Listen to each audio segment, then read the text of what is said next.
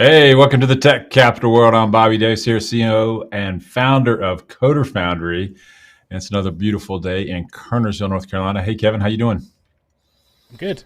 Good. It is a good afternoon just. We're early today by like a minute. Yeah, and we're good. back in Studio A here. Yeah, back in the, I see you there, back in the OG studio with the Spider-Man and Moon Knight posters up. I like it. Moon Knight posters. All right, can't wait for Moon Knight to come out. That should be great. Looking good. Are they filming that right now? It's is in it production. Like pre-production? Is it pre-production? Yeah, like it's a TV show. Is it? Okay. I think they're filming it. Oscar Isaac is Moon Knight. So. Oh, really? Okay. Okay, I haven't seen anything on that. That's going to be good. Star-studded cast, so it should be good. It's going to be interesting. This would be very cool. Okay, yeah, we're going to we're doing a Q&A today. I've rebranded I know, it yeah, just we're going to ask some questions. We're doing a Q&A. So, usual rules for the Q&A. Throw them in chat. I will do as many as I can. And Bobby will answer as many as he can, as many as I can throw at him. If you want to super chat, you can do that too. You can jump the queue by super chatting. And we have all new super chat little animation. So yeah, so like if you want to see what our super chats are, then you can just hit us up and just hit us a super chat, But they're all brand new. So yeah, that's cool. If you just want to feed us tacos, then super chats away. Feel free to. Let's just say, what's up, Alberto? How you doing, man? So let's just say hey. So Alberto's here, BK is here. Hey BK, how's it going? BK, them Raiders, man. How's your Raiders doing now that you've got rid of your coach for weird reasons? The coach is gone. The special team guy's in charge. We'll find out Sunday. So okay, who you play Sunday? You know, the Broncos. Okay, I should beat the Broncos even with no coach, right? We're not favored now because really Gruden's gone. Yeah. Oh, okay, not 3.5 dogs. Wow. So, okay. See. Let's see. Patricio's here. Hey Patricio. I hope I pronounced your name correctly. Afrasiab. I hope that's correctly, but he's from Afghanistan. That's awesome. Thank you for joining us. I hope you're doing great. Global. So. Yeah, I hope you're doing well. Clara is here. Hello, Clara. Hi, Clara. Antonio is here. Hey, welcome back. Who else we got here? Amin is here. And I will add your question here. Aufi, I'm hoping I pronounced that correctly. I'll add your question to the chat and we'll do that in a second. All right, cool. Cool. Yeah, chat us up. Anything you want to talk about, we'll talk about today. Oh, look at that. That's awesome. Enjoy the tacos. Thank you. So that's our taco cat animation. So, So learn and perform with EJ LeBlanc. Thank you for the super chat and with the enjoy the tacos. Thank you. Look, and it's on target. Like enjoy the tacos with the Antonio. So Antonio. Oh, awesome. Thank you. So there you go. You got the cat too. There are some other variations. I will say that as well. It's not all. There's a couple taco more. Cat. There's a couple more. But too, Taco Cat is our play on a challenge that we do here at Foundry, which is how to check and for a palindrome, reverse a string and check to see if it's a palindrome. So yeah, Taco Cat being a very famous palindrome. Yeah. So because it's not even a word. I know. Like note is that we actually had some students go out for coding assessments, Kevin, and they had to actually do palindrome as a quiz. I heard this. That's cool. So like which is kind of cool. Like a lot of the coding challenges we put here at Foundry are actually taken out of interviews, things like that. And we try they're based on real world things, aren't they? Yeah. Yeah. So it's kind of cool. Taco Cat. So yeah, that's cool. Taco Cat being an extension of kind of reverse a string, right? It's like reverse a string taken with another check on it, isn't it? Really, it's like often people get one of those too.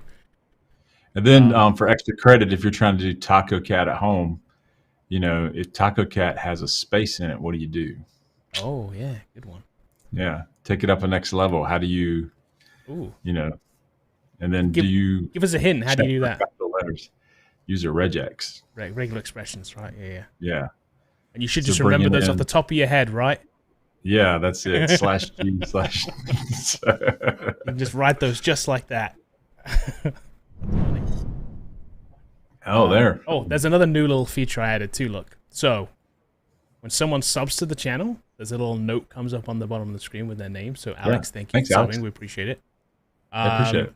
And also, when anybody becomes a channel member, you get a little note come up as well. So those things do come up. If we miss them as we keep going through, we may miss them. But they're more subtle notifications in the super chat. But there you go. They are there. But if you want to send us a message, whether super chat or not, make sure you have to sub now because we're trying to get at war with the bots. So you got to beat the bots. So so they don't flood our chat.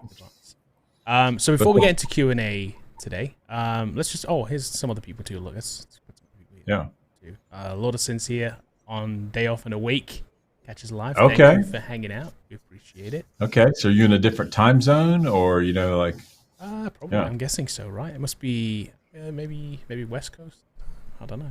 Okay. Maybe we're further inspiring away. people in Afghanistan, Kevin. We're all over the world. We're going. I know. I like it. We're going global. Yeah. That's awesome. That's awesome. Thank you. Thanks a lot. We appreciate it. Thanks for watching. Definitely. Yes, here you go. So McCufrey, I'm hoping that's correct. But yeah, it's great when you get the exact challenge you've been grinding. Not so much when you get when you've never done before, which is true. Right. But you can up your chances by picking all the popular ones, right? Yes. Pick everything that's popular and make sure that you know it down, and it's like you're good to go. Whatever format you then have to present that in, because sometimes it's like they may just say reverse string, and it might be a whiteboard challenge, so you should know how to do it on a whiteboard, but you should also know how to do it in like a notepad or an IDE as well, because it's so we had a couple that were using browser-based IDEs, and that little change threw them from VS Code. So we're working on something that we might help alleviate that with the students. Yep. Where we might present challenges in a browser-based IDE to get them used to being more comfortable how those things work. Yeah. So so the problem with a coding challenge, especially online, is like you have a limited amount of time. And so sometimes you're presented with this browser-based IDE and you haven't done it before. You're trying to figure out like, how does this thing work? And like, you're playing around with the code and like, how do I run it? Like, okay, I got to pass these tests. What do I do? And instead of just like getting down to business and coding some up, especially when you have a limited amount of time, you don't have all day. Right. Yeah, exactly. They tell you got 30 minutes to do like the reverse of string. It's like, now it doesn't matter if it's long enough or not. It's pressure. Right. They could tell you it's 2 hours and you're still going to be like, there's a deadline. It's like you have a deadline. It adds pressure no matter how long away it is. Yeah. But those browser-based But I would say things I would help him out. McCurry here, McCurry. How do you say that? McCuffrey. McCuffrey. I'm going with the McCuffrey. Hopefully that's correct. McCuffrey. What you can do is you've been grinding an exact challenge and you get it, but realize that the challenges also come in types, and so like the types will be do something with an array in a loop. So that may be reverse a string. They may find the longest word in a string. That may be find the shortest word in the string. That may count all the elements in a string. Those kind of subtle differences that are ultimately the same solution or a very similar solution. Yeah. So typically you're looping over an array and doing something. So that's a for loop. And then knowing that strings in JavaScript, at least in a lot of languages, are arrays anyway. Yep. So most of the time these browser-based challenges are JavaScript because that's what a lot of these editors support, because JavaScript natively runs in a browser. Yep. So the browser-based ones, I will say, are a little bit easier though than doing a whiteboard one. You at least get some feedback. You run it, and it's like you get some feedback to see if it actually works. On a whiteboard, it's typically in front of somebody, literally watching you write stuff that you would never ever write in real life. Exactly. You would use an IDE or something that gives you some kind of feedback. You get no feedback. Your chance for typos and mistakes are way higher. It's a much more difficult mechanism. So I love the push towards doing something more realistic.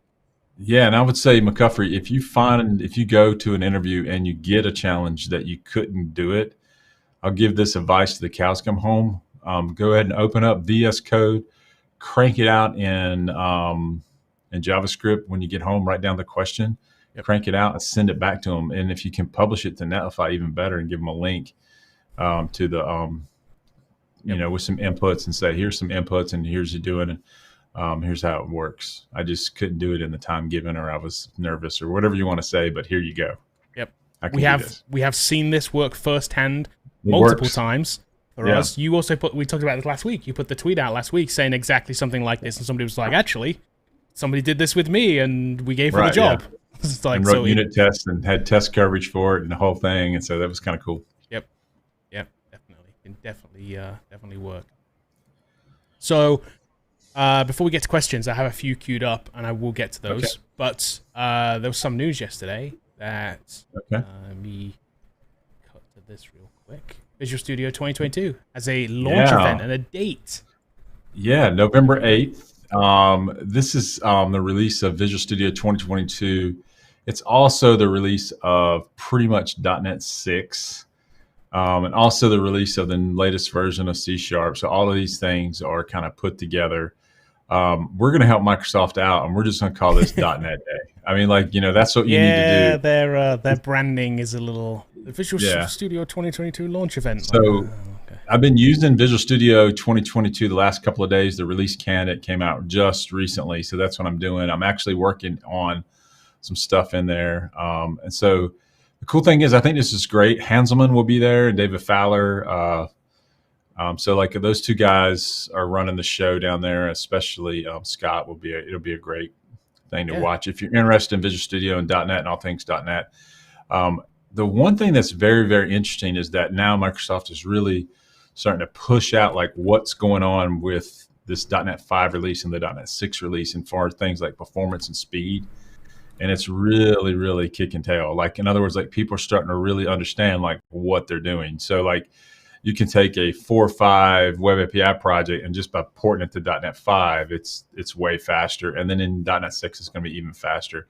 Now the tooling is going to be better because it's 64-bit for the first time. So your project should open up. And then there's new kind of like templates out there. And one of them being they're pushing really hard is minimal APIs. So if you follow me on Twitter, I tweeted about it. I just actually pulled up your tweet right here. Look, I was just going to talk about it. Check it out. Yeah, I saw your tweet, your Boomer tweet, and I liked it. So you played with this. You played with this minimal API thing. So what's your initial impression? Doesn't sound positive. So here's what I really like. All right. So what I really like is cranking up an app and then putting together a put, a delete, and a get, for example, with minimal code is the benefit of it. All right. But the problem is when you're just looking at Hello World, that's not really what you have to do. So then what they show in all the samples they give out is that you also, like say you got a model. Well, you got to put models all in this same C# file. And so like it gets bloated super quick. And so you end up having to like, okay, let me create a service folder. Let me create my models folder, include all that stuff in and dependency injecting in. And so like once you build all that out, yes, it's minimal in your program CS, but you still have a lot of folder structure and everything else. And what they call ceremonies still, that's a lot like Web API. So I don't know. I also have a problem with like, and I could be wrong. I mean, I'd like to see some people's feedback if you're watching this. So like, let's say that I have the program CS file, and that's the main point of contention for all of my gets and pushes and pulls and everything else. And for my source code, and I'm working on a team of 8. It seems like I'm going to be merging that thing like every 2 seconds. I mean, so like that's another problem I have with putting everything in one file. And whereas Web API gave you more separations, you have controllers and you have different folders and things like that. So I think there's a better logical separation of how you do it in Web API, but this is less syntax to write. And I don't know if that's really solving anything. It's different. It does the same thing though. Right. I mean, it does the same thing. Right.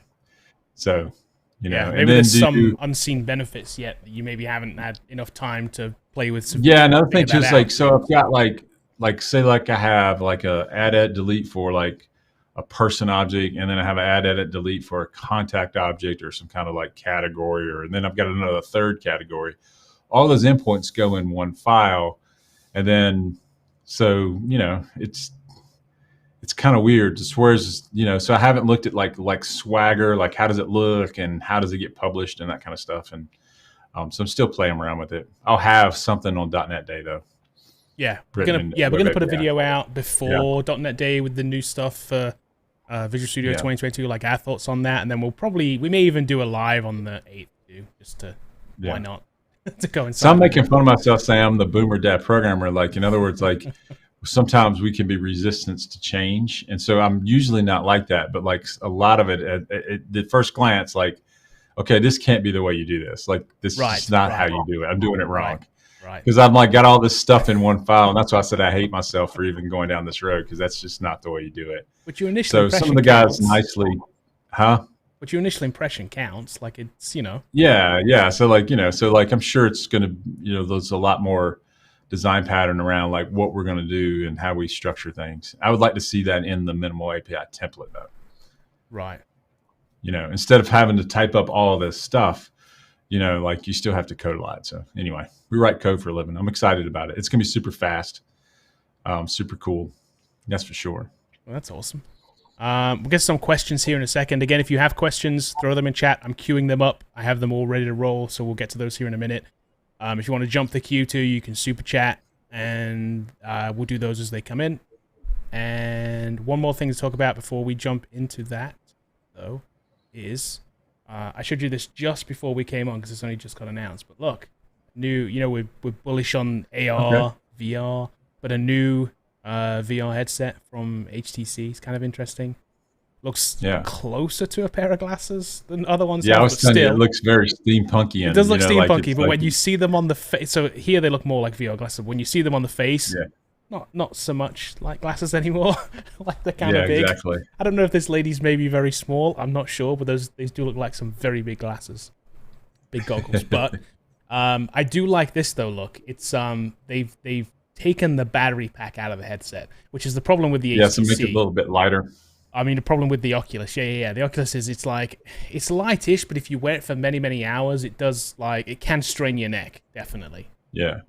Especially because you're jumping around or whatever, and it's like you're moving around a lot, and it's like taking some weight out of it is going to make it feel nicer on the head. They kind of balance, but this seems like it's going to weigh a lot less, which I kind of like. And having an external battery pack isn't the end of the world. I do like that. Here's where it's going to my prediction for it falling down, which we talked about real quick, was this. Yeah. HTC says the Flow will launch 100 apps and support 150 by the end of the year. So they've got to create an app store from scratch for this thing. They're not leveraging anything that already exists. That is tough. Yeah, and I imagine that Facebook's not going to let them in. And so, well, they don't want them in, do they? Of course not. Yeah. Facebook wants to sell their own hardware and have their own ecosystem. They don't want third-party headsets coming into their ecosystem. So that's where I was setting that bottom picture is where it looks very steampunk with the mirrored lenses and that kind of stuff. Yeah. Yeah. It's kind of interesting. I do like the design though, for sure. Yeah. $500 standalone headset that, they're becoming more and more common. But it doesn't have population 1, so it's a deal breaker. Well, it would be for me. Yeah. Which I haven't played a lot of it recently. I really haven't, but that is a killer game. I'm guessing it doesn't. I don't know if it doesn't. Yeah, maybe they'll port it. I don't know. Maybe they will. Maybe they have it on. It's on Steam, so you can play it on a PC headset too. So maybe they will. I don't know how that works. If this thing can run Steam, that'd be cool. I don't know if it can. I think it's an Android device. So it is. It is. It's a Snapdragon processor, I think, with an Android device. So it's going to be run Android apps, is what it's going to do. Yeah. So it's not going to Steam, mostly Windows based. Yep. We need a standalone PC type powered one of these. That's what we need. That's the killer version of this. Yeah, Microsoft needs to get on that thing, man. So. They do. When we're close to the holodeck. Hey, we're close to the. I don't know, man. That holodeck caused a lot of problems back with Picard in the game. That's pretty fun. Somehow Moriarty escaped the holodeck and almost destroyed the universe. But I don't know. We are closer to ever than that, though. If you've played if you looked at some of the AR headsets, they're pretty cool. No, I think you have to experience them. Really. It's hard to see somebody else use one. If you see somebody else use one or get somebody's opinion on one, it doesn't do it justice. You have to try it, and then you're like, wow, okay, that's actually pretty cool. Yeah, so I think I don't know, we're close to it. If you look at the way Mandalorian's rendered, where they're using 3D virtual backgrounds and rendering on set, and that's really cool.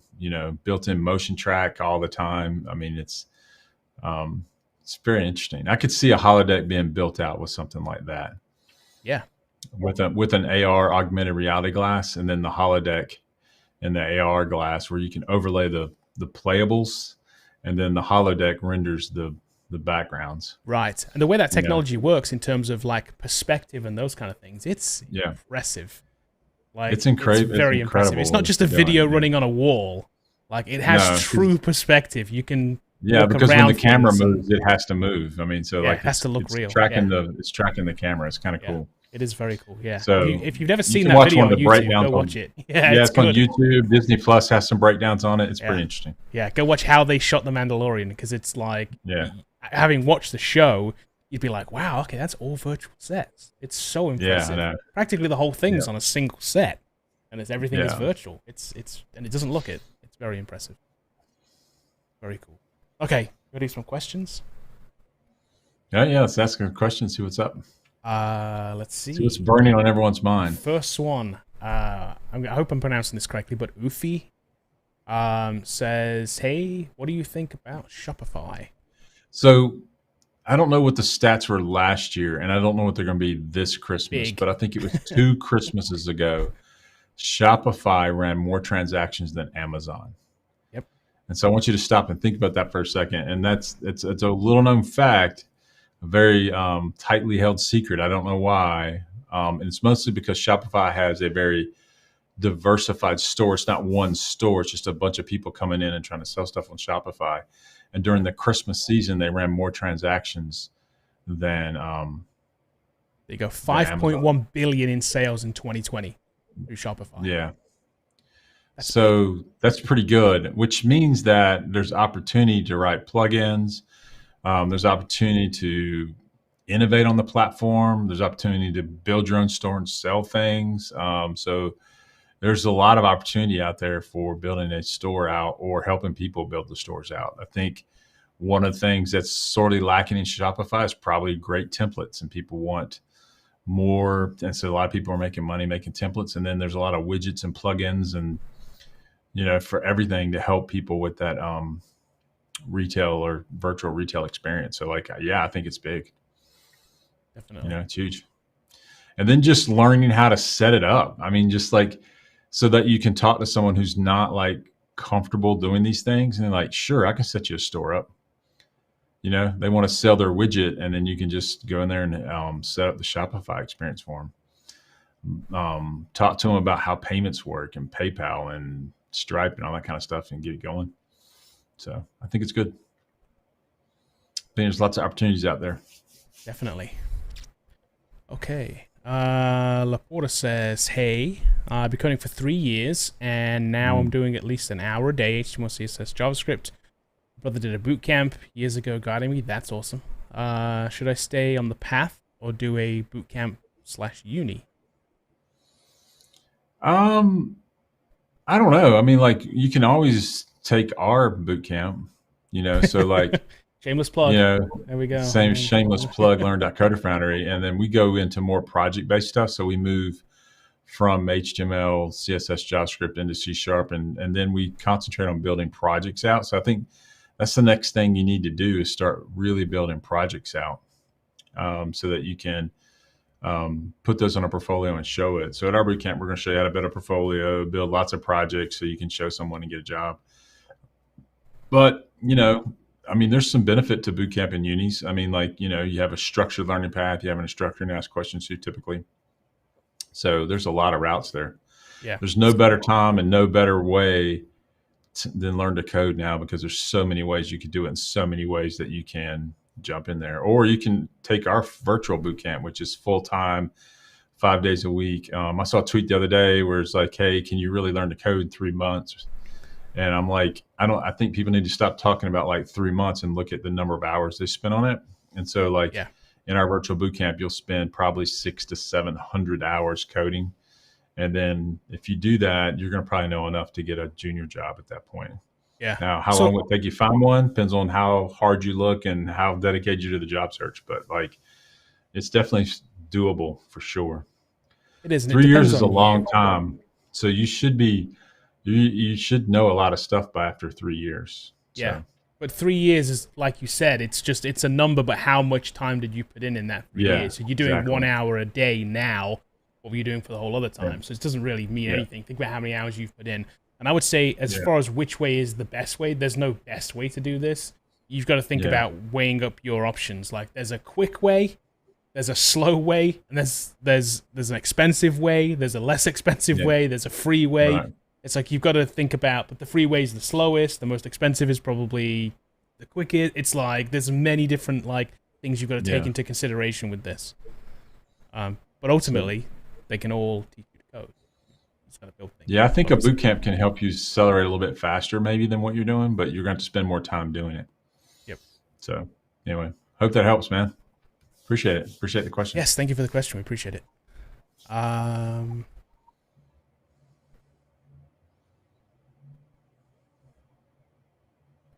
See what we got next. Let's see. Clara has a question. Clara says, for those breaking in from unrelated fields, do you list degree/work experience on resumes to highlight soft skills? Do we create a separate LinkedIn for us as dev only, no unrelated history? This is a good question. That's a good question. I think if you have a degree, you always list the degree up. So there's a lot of requirements where we need a degree type person for whatever reason that still goes on in the industry. So I would definitely push the degree out there. Work experience is kind of, it depends. Depends on what that work experience is. Yeah, it's a personal thing. So, we have opinions on like, we'll see people's resumes and be like, okay, so. I'd take that off. Yeah, you stack shelves at the grocery store, it ain't helping you. I get that you had a job, but it's not going to help you get this thing, so let's just take it off. But if you've been in sales or you've done some other professional position, then I would say that's relevant to put on there. Plus your degree, you may be able to leverage it too. Like, depending on what your degree is in, you could go in. Like, let's say you have an international logistics degree, right? And you're now a programmer. You stand a better chance of getting a developer job at like Maersk or at like DHL or like FedEx, or you know what I mean? Because you understand the domain. You understand the problem. Exactly. Yep. Right. The other thing too that I think is, you don't need a separate LinkedIn necessarily, but I would highlight my programming stuff. And so the question is, how do I get experience without getting a job? And you just have to build projects and highlight those projects and push that to the forefront over your degree and your work history. Let them evaluate your skills, and then you can talk about the rest during the interview. So, but like building a kick butt project is the best way that I think, and the quickest way to be able to get at least an interview. So hope that helps, Clara. Yep. Oh,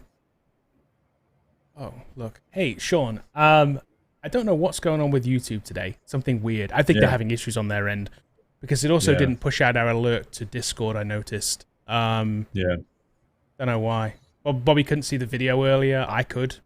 So I don't know. I'm going to put it on YouTube. It's not ours, I promise.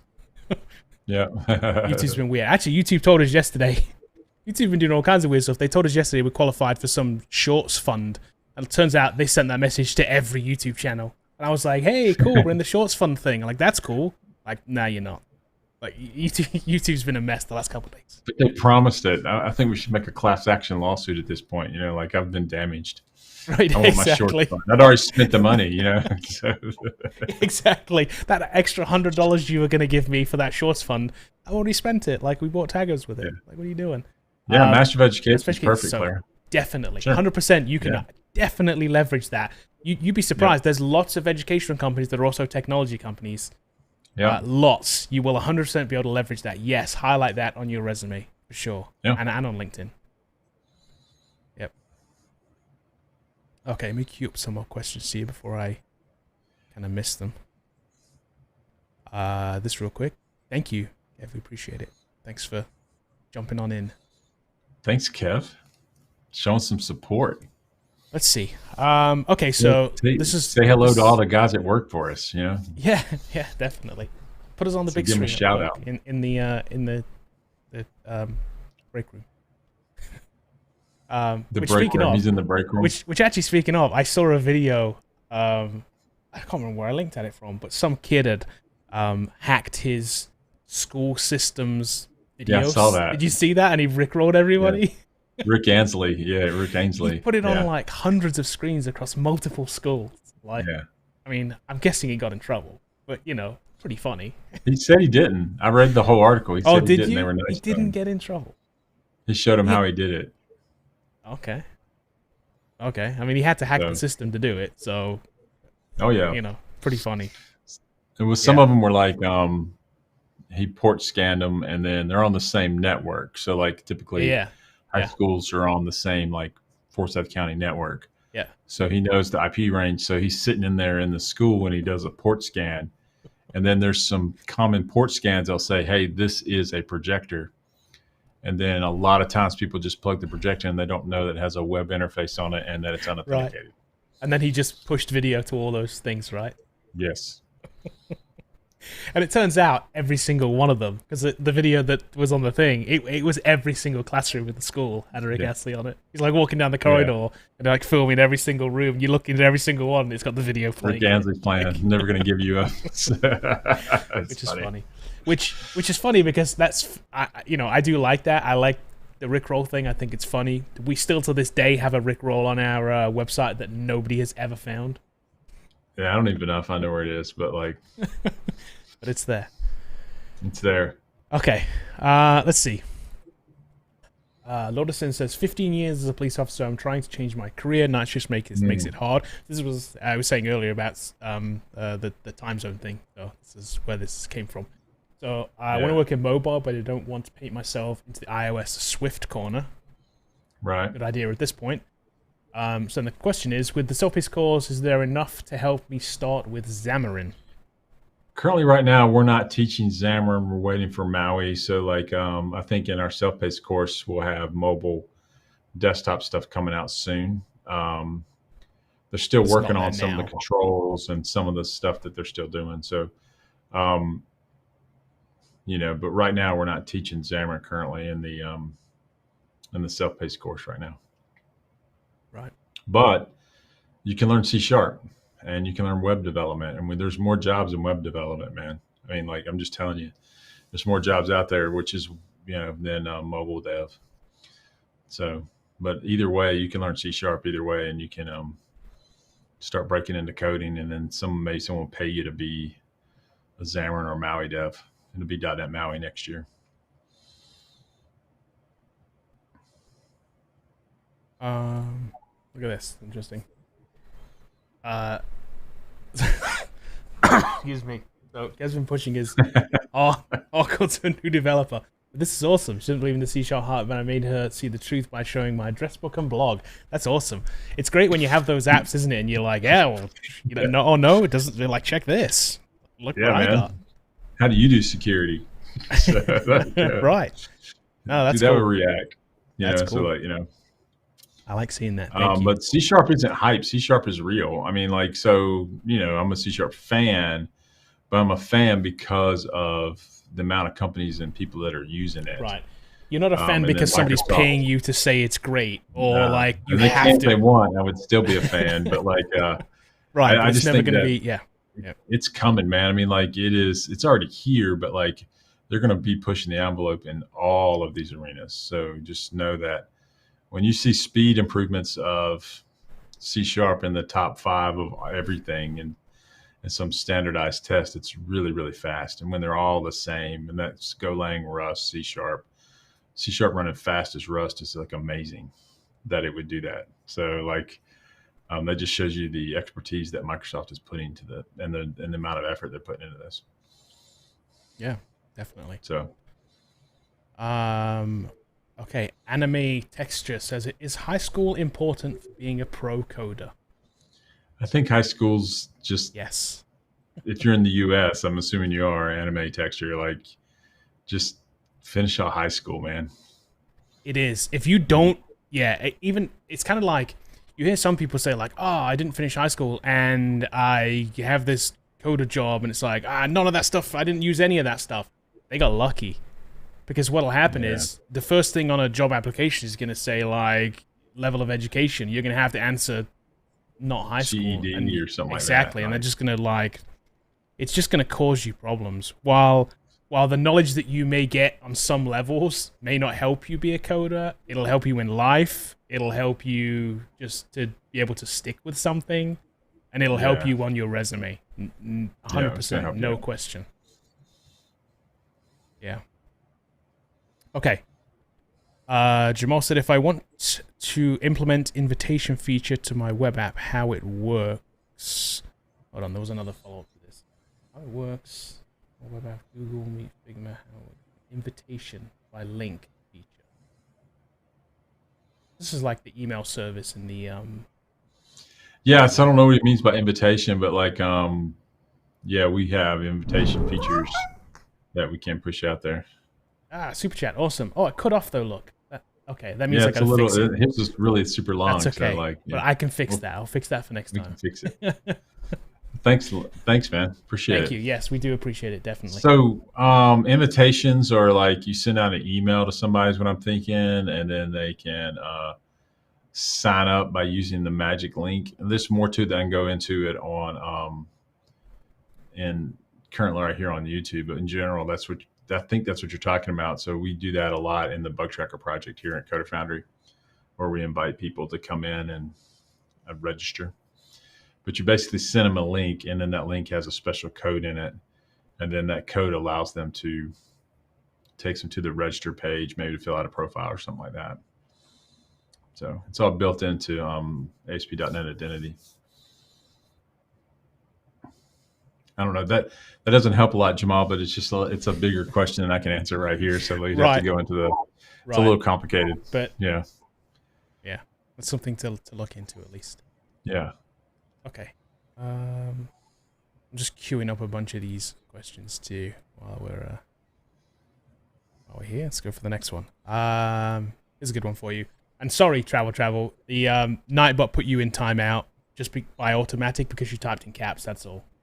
All caps, man. It's like all caps. Nightbot's like, quit yelling at me. It's like puts you in timeout automatically. Sorry. Should I learn JavaScript first? That's what it sounds like. That's exactly. Nightbot's reading it as you yelling at it, so it's like chill. Yeah. That's what it. I think if you're going into web dev, JavaScript first. If you're going into data science, Python first. That's what I think. Depends on what you want to build. I always say that all the time. What are you trying to build? You don't learn a language just to learn the language. You learn a language to build something specific. Web first. HTML, CSS, and JavaScript before Python for sure. If data science, learn Python. Okay, I don't know if I totally get this question, but which best database do storage log?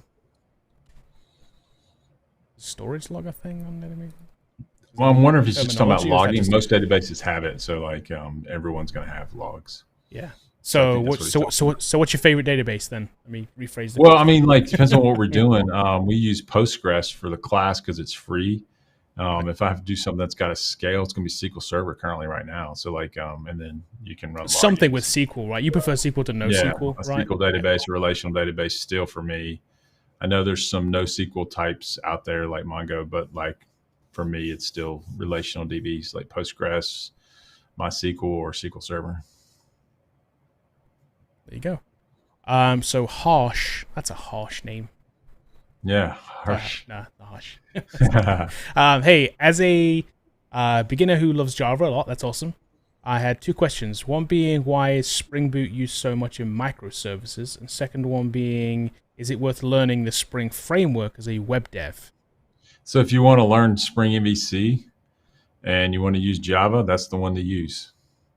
You love Java, so that's where you're going to be doing. And I think what you're seeing is why Spring Boot used so much in microservices.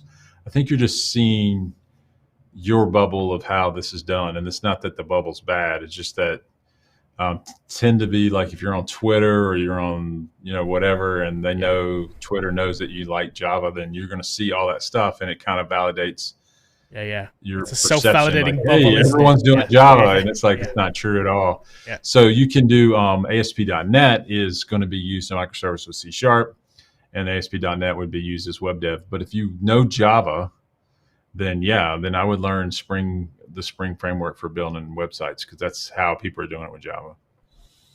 For sure. Okay. Here's Troy with a technical question for you.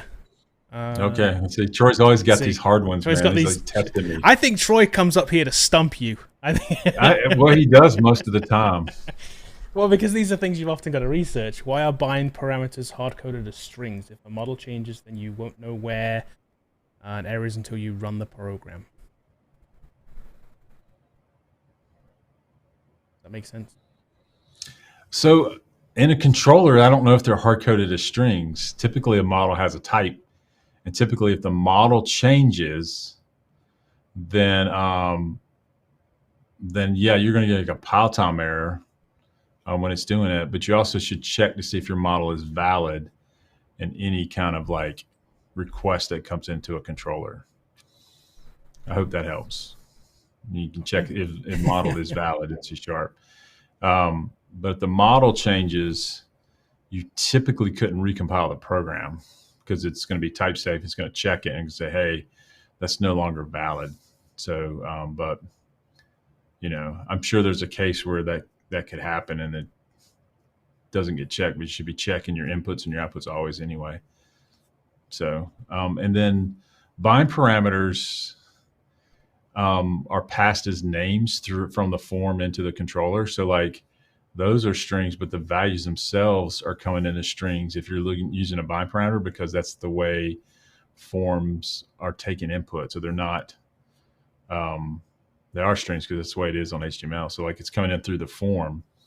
But if you're using the model to bind it up, then the model is trying to check those for type safety to see if they match. So you need to check your inputs before you send it in. So you'll get an error. It'll throw an error when you if you have some kind of parameter that's coming in that's a different value than what's in the model. I hope that helps, man. So here's a question we don't get asked very often. And I think it's because people don't like to ask this question. So there's a couple things to this one. So all right. This one is, can a really dumb programmer become a great programmer with time? And then kind of to follow up from that is, when can you know that programming is not for you? I think they're kind of the same question. And I think we don't get this question a lot because people, like I said, they don't like to ask this. I know. It's kind of one of those things. It's like, So can you become great with time? I think everyone has the ability to learn. And grit can take you some way, right, with this. Yeah, grit can take you somewhere. But how do you know if programming is not for you? Number one, do you like doing it? That's the other thing. Is it fun? Do you find stuff done? Is it a chore? Probably if it's a chore, sit in front of a computer for 9 hours a day is probably not going to be your first choice. Second, I don't know how to really explain this, but it's what I call abstract thinkers. People that can think through a problem and apply what they know in an abstract to a concrete problem. Even though that problem is different all the time, they can take what they know and apply that in an abstract way to that concrete problem. So like the best way I explain it is if you're changing oil filters and you're working on cars and I can change it on the F-150, but then someone rolls up in a Beamer and then you say, I don't know how to change the oil filter for a Beamer because BMWs are different than Ford, which is true. A good mechanic would go, I know how oil filters kind of work. Let me just get under there. I've never done it. I'm pretty sure I can do it. Yeah. And then they figure it out, it may even take a different tool. They could look at it and go, oh, Beamer has a special tool to like pull this out. So let me go get my special tool or buy the tool or whatever I need to do. So I think it's abstracting knowledge and applying it over concrete problems is the main thing that programmers do. And so programmers look at solutions as the same, even though the parameters may change or the domain may change. So I'm building a site for, tracking cars today. Tomorrow I'm going to build one for tracking houses. They're going to look at those as the same kind of problem, and so they're not going to get tripped up on those things. So if you have problems doing that, then probably programming is not for you, Now, can you retrain your brain to think that way? Yeah. It may take longer. Yeah. So, but it's like people that come to the boot camp. We have some people who just have a just very, very natural high-end ability to be able to do this. And there's other people who have a lower ability to do it. They still have somewhat of the ability, but they have to also substitute grit. You have to put in like the want to be able to do it because they do ultimately enjoy doing it, but they have to like substitute that in there. So any combination of those things work. Right. And then things like that tripped up a lot of people we see in the very beginning is like, okay, let's say that you have a div tag and it has a closing tag, an opening tag, and a closing tag. And then you can have nested things inside there, which every div tag needs a closing and ending tag. And then they'll get always mixed up. Like, I don't know where these tags start and end or what it's supposed to do. Whereas the abstractor will say, well, every div tag has a closing and an end tag. So I need to start at the very end of the middle and then work my way out to see where my tags are misaligned. You know, it's things like that where some people, they can't ever find them. They just don't understand what's wrong, you know? Right. So it's just a pattern that you got to recognize and see. All right. I hope that helps, Bill Moore. Yeah, I like that question. Yes, thank you. Yeah. So Yamin, thank you for the question. Says, hi, my name is Yamin from France. That's awesome. Bonjour, Yamin. That's like the extent of my French, by the way. I have a question. Do you think that IA will take developers' jobs? I guess that's AI supposed to be. AI, Or will change the way developers work? So it's not going to take developers' jobs. I don't think AI is ever going to be creative. Whereas we've talked about this a lot, where Twitter, the concept of communicating over 240 characters is a creative thing that Jack Dorsey thought of. Obscure. And in fact, you know, people think that's not possible, that no one's going to do that. The same thing true with Jeff Bezos and selling books online. No one thought that was ever going to work. They made fun of that guy for 5 years. Like, that was the dumbest idea ever. Everyone's always going to go to a bookstore. It's never going to happen, you know. But he kept thinking about the business model and figured out logistics and figured out all that stuff that has nothing to do with the software end of that. That's part of the solution. So like, it's the creativity to apply software to it. Now, will AI kind of generate things? It already does. I mean, we already have code generation, if you want to call that AI, but I don't think you'll ever come to the day where it says, build me a website that does X, and then it goes out and does it. Right. But I think the second part of your question is good, though. Will it change the way it's never going to be great, though. I mean, even that, it's not going to be great. Like I've always said the whole time, the thing that bothers me about Terminators is that we would always beat Terminators, always. We'd always beat Skynet because... I totally disagree. I think Skynet's got this. Man. We just win. I think Skynet's got this. I think we're in trouble. So we would always beat Skynet, just like we would beat the Matrix. It's just like the humans are way too creative.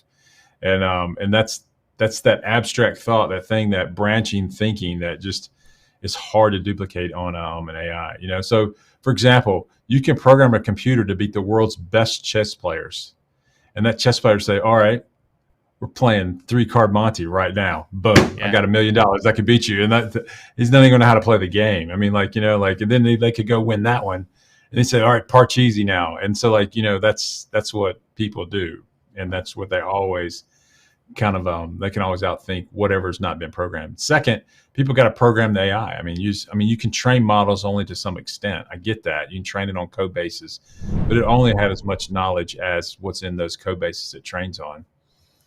You know, and if you don't think I'm right, I mean, go look at like some of these GP3s that says, write me a story, and go read it. And you're like, it's pretty good. I mean, like, you know, it makes it's sense. Almost there. It's kind of it's fascinating how close they get. It is. It's interesting. We were playing with that writer app the other week, right? Same kind of thing. It was a similar thing. It like it produced something, and it was like, oh, that's pretty good actually. It's not that bad. But it was like, it had some weird things in there because we asked it about superheroes, right? We were like, can I go to super? And what was it? It was like Superman was going to come around, like wash your windows or something. It was like it didn't have context at all. It was just like it didn't understand. It knew that Superman was a superhero, but it didn't know essentially what a superhero was.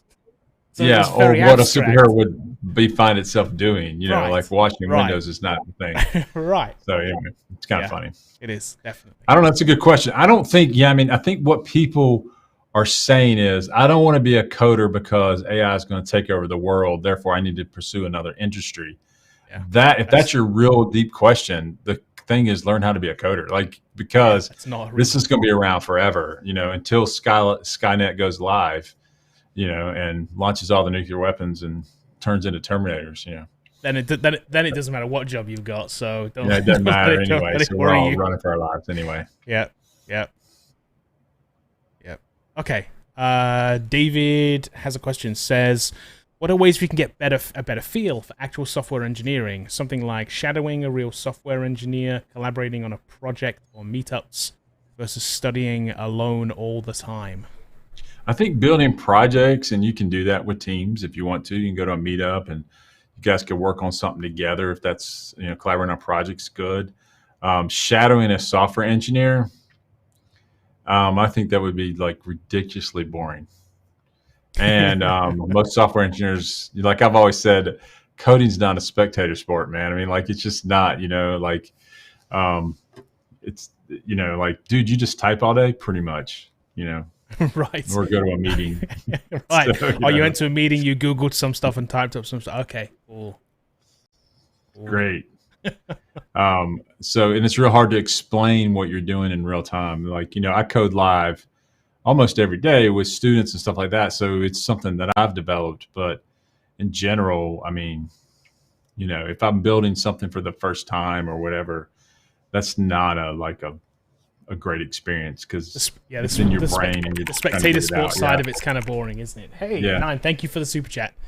Thanks, man. We got our Cody the Taco there, man. That is €1, by the way. That's the current exchange rate for €1. We get $1.17. Okay, I like it. I appreciate it, man. If you have a question, throw it up there too, and I'll make sure we get to it. Yeah, throw it up there if you have a question.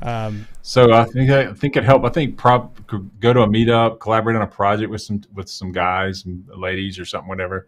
Or you got to build it on your own. Either way, you're gonna have to build projects and figure it out. Hope that helps, David. Okay.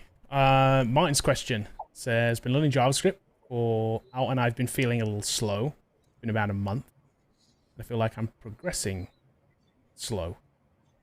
How long should anyone spend on a particular language? It could take longer than a month, man. Just telling you it's not instantaneous. This back to the Matrix analogy. This is not the Matrix. You can't just learn Kung Fu. It takes a minute. Yeah, and then a month you need to say how much time have I spent on it. A month is not a time. It's a calendar. I mean, did you do it just on Saturday? Did you do it every night? So and also give yourself permission to learn this. It's not going to be easy or quick. And, just give yourself permission to learn it. You got to take a little time, I was going to make a joke of that. Well, the reason it's slow is because JavaScript's slow, but but you'll offend everybody. You say that. Yeah, I know. So don't say that. Woo, that's tech and power ratings on Node.js. It's kind of slow. So there you go. Here's Nine's question. I actually like this question too. It's a good question. Would it be okay to accept an unpaid internship? I'm graduating, or I'm a graduate IT student hoping to get some experience. So in the U.S., this is my feeling in the U.S. I don't know where you live. All right. So graduate IT student, assuming you're in the U.S., I think it's that means you've been to college, right? You're a graduate IT student. You've been to college for, I'm guessing, 4 years. 4 years. If you say graduate, that implies 6 to 6. I mean, but I don't know. It depends on if you have a graduate degree, like an MS or whatever. But I don't think you should ever work for free in IT, period. I don't think that's ever going to help you other than to make you poorer than you may be, paying your student loans back, whatever. So I don't think you should ever work for free to do that. And I don't think any company in the US should allow anyone to come there to work for free for experience. You can get experience building your own thing and build your own thing and show it to somebody, and then they'll hire you to build something like that. So I think my thing is I'm working for free. I'm working for me, which means that I'm going to invest in my own projects, my own stuff, and do it and build my own experience building things out. Can you learn things in an unpaid internship? I'm sure you can, but you're still working for free. I mean, they should pay you something. I mean, we have minimum wage laws. I mean, at the very minimum, that's the minimum wage law in the U.S. is what they should be doing. So I don't like the unpaid internship at all. I think it's a scam to get you to do stuff for free. But hey, if you got nothing else going on and that's the only thing you can get, and you feel like it'll give you experience, do it. Don't sit at home and do nothing because I told you not to take an internship. But if that's the only way you feel like you can get experience, and that's the only thing you can get, then do it. But don't do it forever. I mean, no, you know, and don't make it the only thing you're doing either. Don't make it a full time. Don't work 60 hours a week doing it. Like, it's not your full time gig. Like, no, they got to pay you eventually. So that's what I think. Hope that helps, Nine. Yep.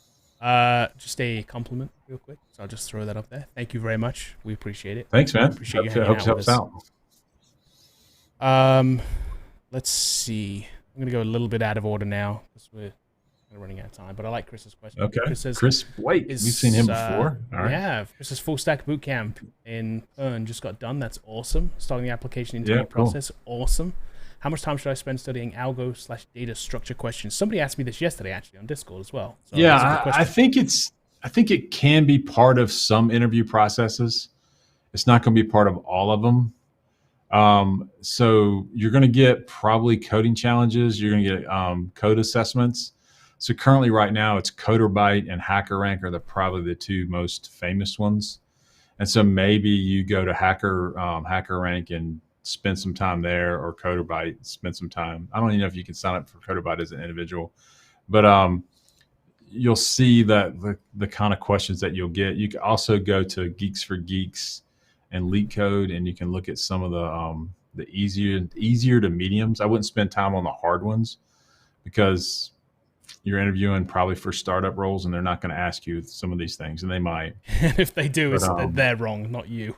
It's just not you. You're not going to pass it anyway, so that's okay. I mean, like, you just need one yes. You may get 10 no's, but I would really focus in on how do I take my bootcamp stuff that I built during the bootcamp projects and show that. That's should be your number one goal, is how do I demo what I've learned and what I've built to them. And that's what really moves the needle for a lot of people.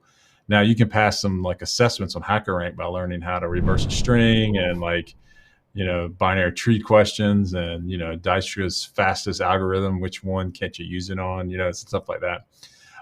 So you can learn all those things and memorize them. But, I would say HackerRank's probably your best. If you're worried about that or you're seeing a lot of it, then you can go there and learn that stuff, or go to like Geek for Geeks, or they have a lot of algo data structure stuff. There's even stuff on Free Code Camp as well. If you want to go to Free Code Camp, they have a course on it. Yeah. I don't know how good it is. I haven't taken it, but I'm sure it'll help. I saw a thing the other day. They were tweeting about that or something. I see something about that. Yeah. I will say I did notice this little thing that pops up down. Which corner is it? This corner down here. It must batch those as people come in. It must not be a real time. Like, I'm guessing that API thing that comes out to YouTube is like on a timer. Because I saw it group a bunch of subscribers. So thank you to everybody that did subscribe. I noticed it just like throws your name on the screen eventually. But, yes. Hit us with that like button. Smash that like button, man. You got to smash the like button for Kevin. Yes. So keep subbing us up. We're trying to get to 100K so Kevin can get a plaque. So we can hang it back there, like the YouTube plaque. We want the wall plaque back here somewhere. Maybe it'll replace my my Mandalorian helmet back here, maybe. Let's see. The YouTube plaque back there. So it'd be cool.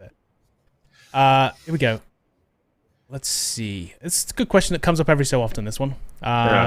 Zaneda, I hope I'm pronouncing that correctly, wants to know, does the industry discriminate against age? If you're new to software engineering, but you start later in life, like 35. I wish I was 35. We'll have an opinion on that in a second. Will that hurt your odds of finding a position, I guess? So I'd say steady position, or specifically saying a position like in a FANG company like a Google. Okay. So here's what I think. Number one, we have, as a group in the US, we have a fascination with FANG companies. Like, that's like, if I went in tech, we think that's like Mount Olympus. So working in FANG and Microsoft, I don't know why they're not in FANG. I guess it doesn't sound good. We've talked about this but before. Like, if you want to Google, Facebook, Netflix, which is in the FANG, which is, but like, I don't think you should like limit your career aspirations to those few companies. In fact, you may start somewhere else. Now let's go back to age. 35 isn't old at all. So like, just keep doing what you're doing. We've seen people in their 50s break in. So like, I don't think that's the point. The point is, can you code or not? And can you really demonstrate you have skills to be able to do the job they're asking you to do? So they don't they're definitely not discriminating against 35-year-olds. And then what you're going to find out when you actually go to these places is that the development staff skews older. I mean, we had a lady that graduated the boot camp here and got her first job. And she came out and told me, I said, what do you think of your first job? She said, it's weird. I went to work and it's like I'm working with all my older uncles, So like, so like that's kind of, it's like guys like me that have been around for a minute, or like it skews a little bit older than you would think. Yeah. So 35 would be seen as super young. I mean, you're coming in and you're like young. So I think you have a great chance to break in. Don't let anyone tell you otherwise, and stay committed to your craft. And if you take committed craft, you'll get a job. And if you want one of the FANG jobs, you can make that as a goal. Just know that may not be your first job, but you can always keep interviewing at Google or Facebook or Microsoft or wherever you want to get, where you ultimately want to be. So, and FANG's not the only place to be. In fact, you may get there and go, dude, this place, I hate Amazon. What's funny, I love because shopping there, but like I don't like working here. On Twitter, I see as many people leaving FANG companies as I do joining. People are always like, oh, my last day at Amazon today, or my last day at Microsoft. I see as many of those tweets as I do my first day ones. So, and they're going somewhere. Trust me, they're not getting fired. They're moving on to another job. And it's cool. It's cool on your resume. It looks great on your resume and this kind of stuff. And you may ultimately work on some really cool things. But you also too will realize as you get into it, it's like coding is a job, and then you're like, it's the same job as somewhere else. Like I'm doing the exact same thing. So I'm going to go maybe a smaller company I like. You also may not work on some very cool things too. You might not. You're working behind the very scenes. like niche thing that's like it's not consumer facing. It's like something that's you've never heard of, but I work at Facebook, but I do this one thing that like.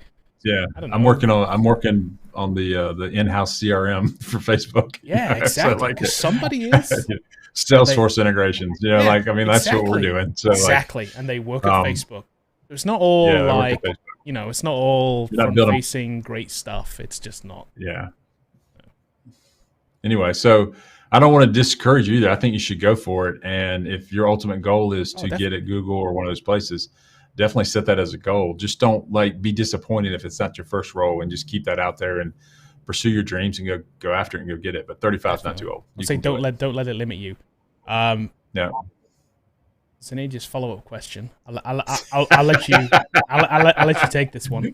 I mean, of course, we think we're the best boot camp in the country. So, like Foundry.com. See, you got more of these plants coming in, Kevin. I got these plant questions. Zenadea, PayPal money is on the way. Thank you. Appreciate it. So yeah, we do in person and we do self-paced. And if you want to learn C#, we think we're the best C# bootcamp in the country. We think it's also very difficult. I will say this: if you want to come to the virtual bootcamp, we are different than other ones. Is we don't have guaranteed acceptance. So I just want you to know that there is a process for getting in our virtual bootcamp. We only accept 20 to 25, and then our next bootcamp starts in January. So it's kind of funny that a lot of people apply and then they don't get in, and they're like, they get really mad at us. You don't really sell this? I'm like, we do. We just have some kind of and it's based on certain things, and we want to make sure that in a really quick environment, like a 12-week, 5 days a week, A, can you come every day? Those kind of things that rules some people out. B, can you learn this fast? And then we try to have a conversation with you and give you some assessment tests to see if this is the right fit for you. Because we don't want to be a bad actor out there where we could just sell sunshine, rainbows, and hopes and dreams and fill up 100 people in the class, but that's not our goal. Our goal is to find people that we think can do it, and they think they can do it, and they're committed to life change. And we have to make our best guess based on kind of trends and what we know works, and the kind of thing that we know is going to work. Sometimes we take gambles. Doesn't always work out. It doesn't always work out for everybody. Hence, we get a bad review every so often. Doesn't work out for somebody. We see it. Yeah. And we're like, we kind of try, but that's... We try. We try. Here's what I will say, though. You're not going to outwork the staff here in your bootcamp experience. The staff is going to be with you every step of the way trying to get you there. And we do work really hard at making sure that you learn everything you can learn and get the outcome that you want. So I hope that helps. But if you're interested, apply. We'd love to see you. Kevin is always ready to plug the website. Hey, I try. It's kind of my job. more than ages. Shameless plug. It's kind of like what I'm here for. This shameless plug. It's kind of my thing.